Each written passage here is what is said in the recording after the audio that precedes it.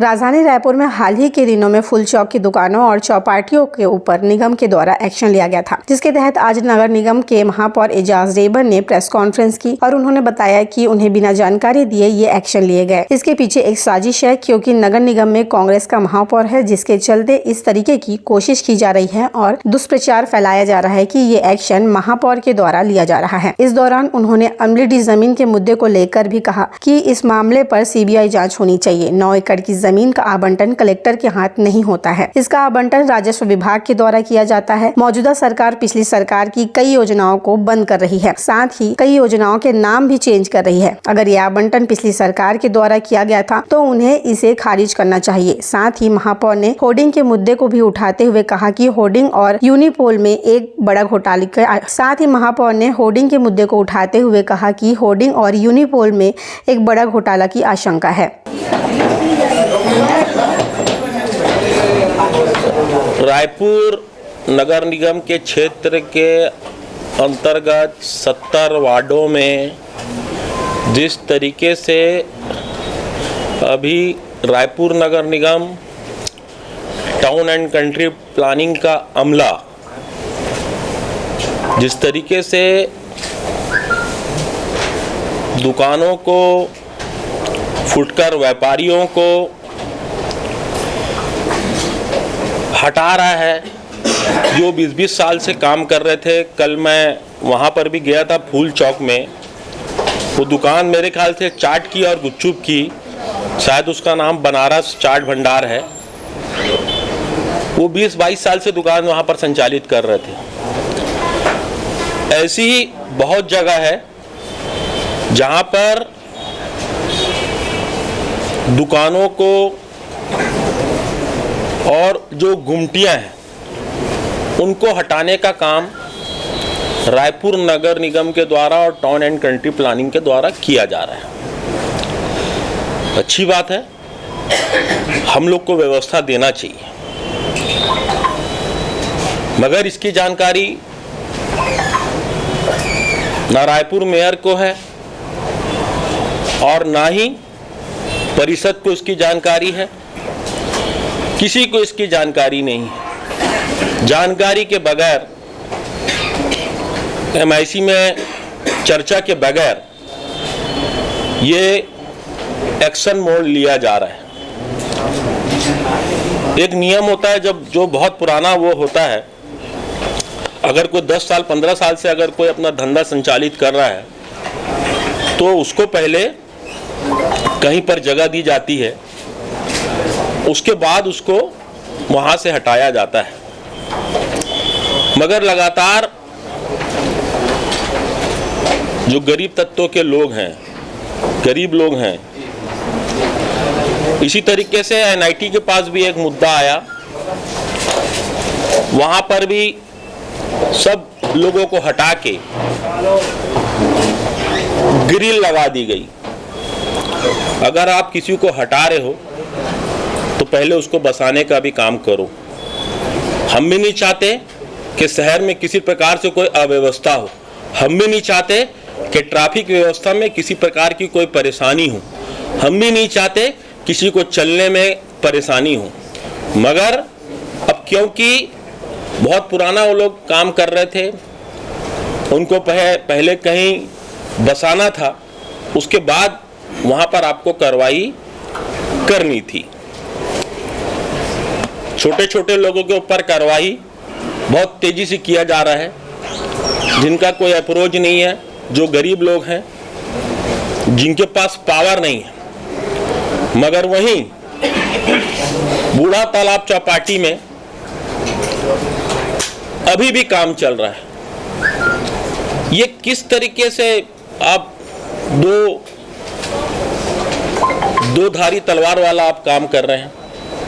किस तरीके से आप पल में मासा और पल में चाटा वाला काम कर रहे हो? एक तरफ आप गरीबों लोग को हटा रहे हो, एक तरफ आप फूल चौक में हटा रहे हो, एक तरफ एनआईटी के लोगों को हटा रहे हो। लगभग 70 वार्ड में इस तरह की कार्रवाई चल रही है। ये बताने का प्रयास कर रहे हैं कि महापौर वहां पर कांग्रेस की वो बैठी हुई है, उनके द्वारा सब ये हटाया जा रहा है। अगर कार्रवाई करनी है तो दोनों के ऊपर कार्रवाई करो। चौपाटी का विरोध मैं नहीं, रायपुर की पूरी जनता बूढ़ा तालाब चौपाटी का विरोध कर रही है। डबल स्टोरी चौपाटी बन रही है। उस चौपाटी से स्कूल का व्यू, कॉलेज का व्यू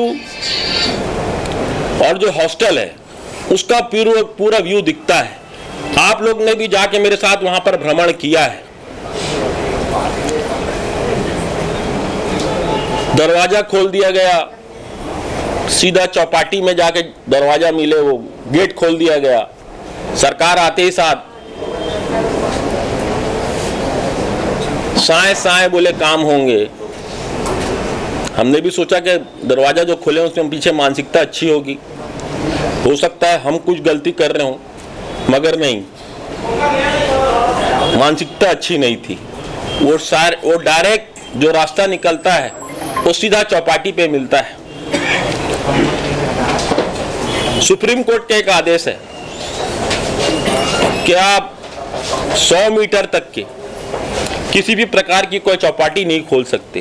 पानी से दूर अगर आप 100 मीटर आपका वो है तो आप वहां पर चौपाटी नहीं खोल सकते, मगर वहां पर चौपाटी खोली जा रही है। सिर्फ उसी चौपाटी को आप वो करने दे रहे हैं, बाकी लोगों को आप हटाया जा रहा है। बाकी लोग, गरीब लोगों को आप रातों रात आप लोग उसको जाके तोड़ फोड़ कर दे रहे हैं।